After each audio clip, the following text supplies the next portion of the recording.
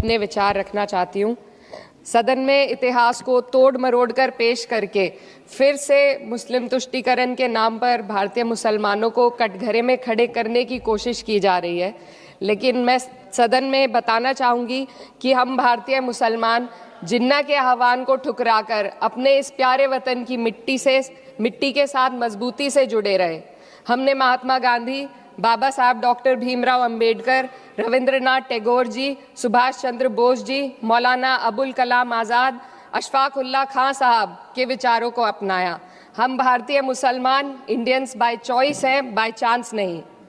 वंदे मातरम के किन छंदों को राष्ट्रगीत के तौर पर अपनाया जाए, ये फैसला सर रविंद्रनाथ टैगोर और सुभाष चंद्र बोस जी जैसे नेताओं के परामर्श के बाद हुआ। क्या अब हम उन महान नायकों की समझ पर प्रश्न चिन्ह उठाएंगे? उन्हें देश को बांटने वाला और तुष्टीकरण करने वाला कहने का पाप करेंगे? उन महान हस्तियों ने वंदे मातरम के उन छंदों को अपनाया जिन्होंने देश के हर वर्ग, हर धर्म के मानने वालों को एक सूत्र में पिरोने का काम किया। और मैं एक घटना आप लोगों के सामने रखना चाहती हूँ।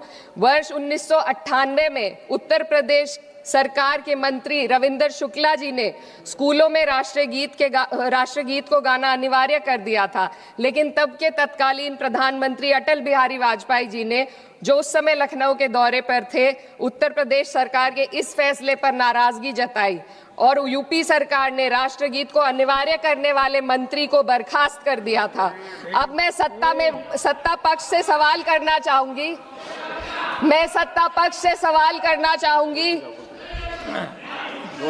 बोलने दीजिए।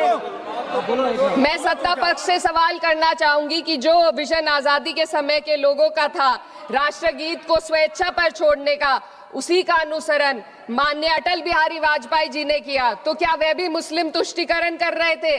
जी नहीं, अटल बिहारी वाजपेयी जी राजधर्म निभा रहे थे। देश में सब धर्मों को एक साथ लाना, सबके जज्बात का एहसास करना ही सबसे बड़ा राष्ट्रवाद है। माननीय अध्यक्ष महोदया, आज हमें वंदे मातरम के असली भाव को समझना जरूरी है। यह गीत तो देश के जल, जंगल, जमीन, हरियाली और निर्मल हवा की वंदना को समर्पित है। यह भारत की जन जन की मंगल कामना करता है कि भारत का हर नागरिक स्वस्थ रहे, सुरक्षित रहे और सम्मान के साथ जी सके। सुजलाम सुफलाम का अर्थ है, सुनिए, ऐसा देश जहां स्वच्छ और पर्याप्त जल हो, जहां नदियां जिंदा हो, बहती हो, जीवन देती हो। अध्यक्ष महोदय, लेकिन अब जरा यमुना का हाल देखिए। दिल्ली प्रदूषण नियंत्रण समिति की 2025 की रिपोर्ट बताती है कि यमुना के कई हिस्सों में बीओडी स्तर 127 mg पर लीटर है तक पहुंच चुका है, जबकि किसी जीवित नदी के लिए ये 3 mg पर लीटर से कम होना चाहिए। ये सिर्फ नदी का संकट नहीं है, ये किसान का संकट है। नमामि गंगे के नाम पर हजारों करोड़ रुपए खर्च हो गए, लेकिन सच्चाई ये है कि आज भी गंगा और यमुना के किनारे किसान मजबूरी में उसी जहरीली पानी से खेती कर रहा है। वही जहर अनाज में उतरता है और वही जहर किसान की जिंदगी को धीरे धीरे खत्म कर देता है। अध्यक्ष महोदय, जब पानी जहर हो जाएगा तो सुजलाम कैसे होगा? जब किसान बर्बाद होगा तो सुफलाम कैसे होगा? मलयज शीतलम, मलय का अर्थ है मलय पर्वत से बहने वाली ठंडी, सुगंधित, चंदन जैसी हवा जो जीवन देती है, बीमारी नहीं। आज मैं इस सदन से पूछना चाहती हूँ, क्या आज के भारत की हवा मलयज शीतलम है? नहीं अध्यक्ष जी, बस संसद से बाहर कदम रखिए, एक गहरी सांस लीजिए। ये चंदन की महक नहीं, ये जहर है जो आपके हमारे फेफड़ों में उतर रहा है। दुनिया के 20 सबसे प्रदूषित शहरों में से 13 भारत में है। दिल्ली की हवा में सांस लेना मानो रोज 20 सिगरेट पीने जैसा हो। भारत हर साल सर्दियों में जहरीली हवा के प्रकोप में घिर जाता है। AQI गंभीर स्तर पर आ जाता है।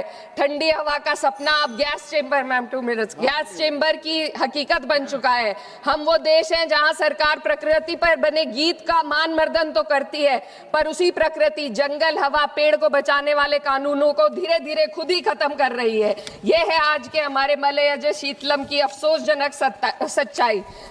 अगर हम हवा को साफ नहीं कर पाए तो न सुजलाम बचेगा, न सुफलाम बचेगा। माननीय अध्यक्ष महोदया, सस्य श्यामलम का अर्थ है ऐसा देश जहां उपजाऊ जमीन हो, जहां खेत फसल से भरे हो और किसान कर्ज और निराशा में न डूबा हो।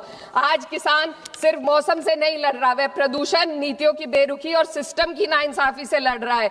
एक तरफ कॉरपोरेट के लोन माफ होते हैं, दूसरी तरफ किसान को उसकी वाजिब एमएसपी भी नहीं मिल पाती है। आप ग्लोबल सुपर पावर बनने की बात करते हैं, लेकिन हमारी पर कैपिटा इनकम दुनिया में 136वें नंबर पर है। हम अपने छोटे पड़ोसी देश से भी पीछे हैं। हमारे लोग $2,500 तक भी नहीं कमा पा रहे एक साल में, और जिन अरबपतियों की ये रक्षा करते हैं वो इतना पैसा एक सेकंड में कमा लेते हैं। आज वंदे मातरम को बुनियाद बनाकर राजनीति की जा रही है, लेकिन जमीन पर जंगल पूंजीपतियों को सौंपी जा रही है, आदिवासियों को उनके घरों से उजाड़ा जा रहा है।